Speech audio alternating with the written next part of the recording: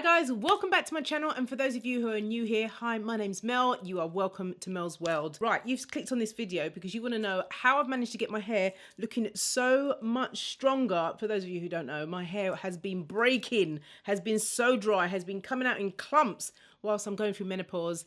And let me tell you, over the last month, I've been doing some more things since I've done this video, which is the video of how I restored my hair. It was the beginning of the restoration. This is day 6 of wash day. It's starting to look thick again. It's got more body to it. I mean, it doesn't look limp anymore. It's started to retain moisture really well. And I just want to say, there are other things that I've been doing, and sis, I don't gatekeep, okay? So I'll see you after the intro. Taking me high.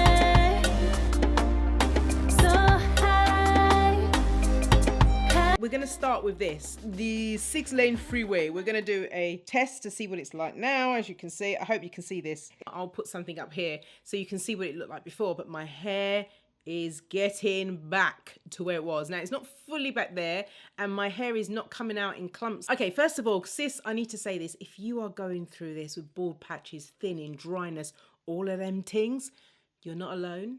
We are doing this together, okay? There is hope at the end of the tunnel, okay? These are hormone changes that we're going through with the decline of estrogen and progesterone and testosterone, and we just need to manage them, all right? So let's talk about it, okay? So these are in no particular order, but number 1 is stress management.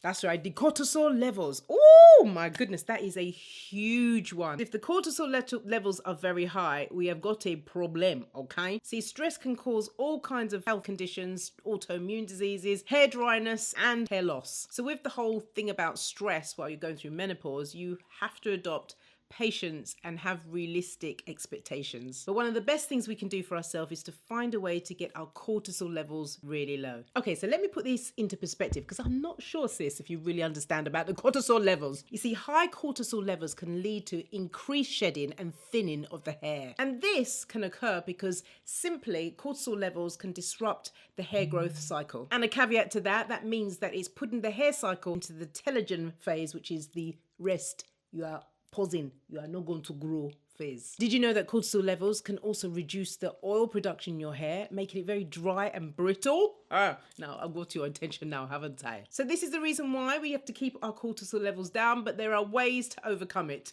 I'm going to tell you. So what did that look like for me? So my day would start the night before. Go to bed slightly earlier. Find ways to pamper myself. I'll find ways to relax. Or this might even be writing a to-do list of the things of importance for me to do for the next day. About 2 hours before I go to sleep, I've made it a priority for me to just be, at zen. Listen, those cortisol levels need to come down. Regular exercise is an amazing one. What I've been doing recently is I've bought a vibration plate, which is amazing. Not only is it great for exercise, it is also great for the lymphatic drainage.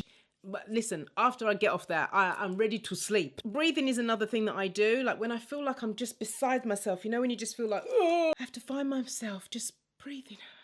It has worked, and I want to encourage you to do the same. Now, I might be joking about it right now, but it really has made a huge difference to just draw on the peace of God to get me through a moment of possible stress. So be patient with yourself and celebrate those small victories when you do actually win over being stressed out. So another thing I feel that has restored my hair back to better health whilst going through menopause is taking supplements. Now, I'm not going to go in depth about supplements, that's for another video, but I just want to say you should only be supplementing with what you need. So supplements are meant to be in the gaps of what you don't have. And we all know that we're not quite getting enough of the nutrients and the vitamins from our food chain. You've really got to know what type of supplements you're taking. But anyway, I digress, but we'll be talking about that in another video, okay? All right, so another point that has helped me to get my hair out of the hair thinning, hair shedding, hair breakage stage while I'm in the menopause is using hair-friendly products. I cannot go on about that enough. What do I mean by that? Well, basically just use products that are natural products that are going to feed your hair. Ayurveda medicine is fantastic for the skin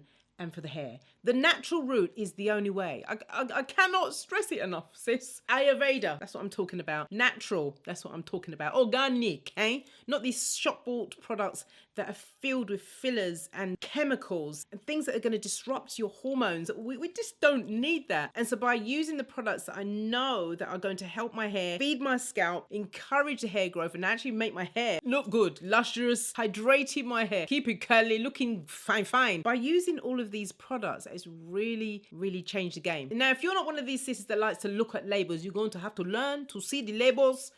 I'll read them and find out what these labels are saying, because if you can't pronounce it, you don't know what it is, it's probably a chemical. Trust me. I know for a fact that anything that has PROP, Propolis, Propopopos, I don't know. It's not good. They're drying agents, they're chemicals that they're putting in our products. So I was really strict about what I'm putting in my hair, and I've made a very tight routine that I followed for the last nearly a month. All the products I use are from my own brand, that's Amari Me. I'll leave the link down in the description bar below. Products that are actually going to nourish the scalp, keep their hair from falling out. Now, once a week and midweek, I would just put this mask on my hair. This is the mask that I was talking about in this video. Oh my goodness, this mask started this journey off. Just like how it was when I was doing the rice water, you can immediately feel how strong and strengthened your hair feels after using this mask. Now, if you want to check out and see what kind of ingredients in this mask, I'll leave a link down in the bottom so you can just check it out. And I did this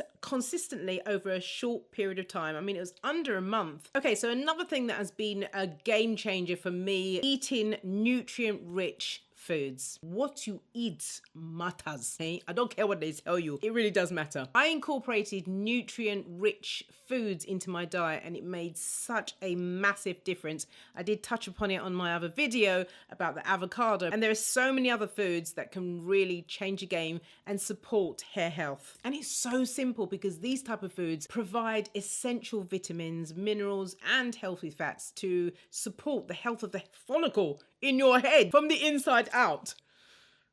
It's a no-brainer. So when I'm ready to eat, it would be something based with either protein. I need to get the protein in my life. Nuts and seeds is another thing that I've been eating. I usually stick to pumpkin seeds, sesame seeds, hemp seeds, and flax seeds. They are great for hair health. They have biotin in them and vitamin B, which is crucial for hair growth. I also have chia seeds every single day with a dash of lemon and honey. We have to keep up our fiber as we're going through the menopause, because we need it. But chia seeds contains zinc, which plays a role in hair tissue growth.